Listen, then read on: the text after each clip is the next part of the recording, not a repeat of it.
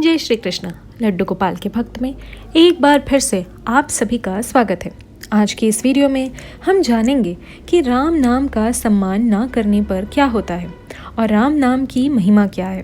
तो चलिए कथा को शुरू करते हैं। ये उस समय की बात है जब लंका का राजा विभीषण जी को नियुक्त किया गया। विभीषण जी ने अपने राज्यकाल में एक नियम बनाया कि हर कोई सुबह सवेरे स्नान आदि करने के बाद सबसे पहले 108 बार राम नाम का जाप करेगा। उसके बाद ही किसी प्रकार का भोजन ग्रहण करेगा। ये बात उनमें से एक राक्षस को अच्छी नहीं लगी, क्योंकि वह रावण का सेवक था। तो उसने विभीषण जी से कहा कि वह लंका का त्याग करके कहीं दूर जाना चाहता है। विभीषण जी ने उसे आज्ञा दे दी। वह राक्षस बहुत दिनों तक समुद्र के किनारे बैठा रहा, क्योंकि समुद्र को केवल वानर सेना ही पार कर सकती थी। राक्षस उसे पार कर दूसरी ओर नहीं जा सकते थे।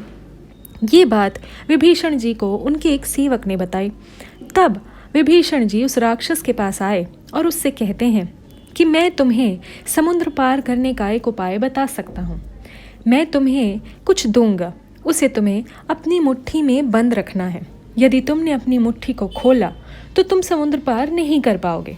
विभीषण जी ने उस राक्षस को एक पत्ता दिया। राक्षस ने उस पत्ते को अपनी मुट्ठी में बंद किया और साथ ही वह समुद्र को पार करने लगा।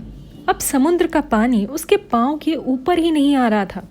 ये इस बात से उसे बड़ी ही हैरानी हुई। तो उसने सोचा कि ऐसा क्या दिया है मुझे विभीषण महाराज ने कि मैं समुद्र को इतनी आसानी से पार कर पा रहा हूँ। धीरे धीरे उसकी जिज्ञासा बढ़ती जा रही थी और अब उसका धैर्य छूट गया। तो उसने अपनी मुट्ठी खोली और क्या देखा कि एक पत्ते में राम का नाम लिखा है। ये देखकर उसे बहुत अधिक क्रोध आया और उसने वो राम नाम का पत्ता समुद्र में कहीं फेंक दिया। जैसे ही उसने राम नाम के उस पत्ते को फेंका, समुद्र की एक बड़ी लहर आई और वह समुद्र में ही कहीं डूबकर मर गया।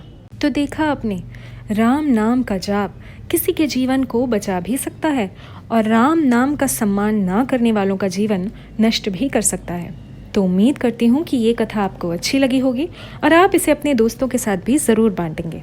और अगर मेरे चैनल पर नए हैं तो मेरे चैनल को सब्सक्राइब कर बेल आइकन भी ज़रूर प्रेस कीजिएगा, ताकि मैं इसी तरह की वीडियोज़ आप तक लाती रहूँ।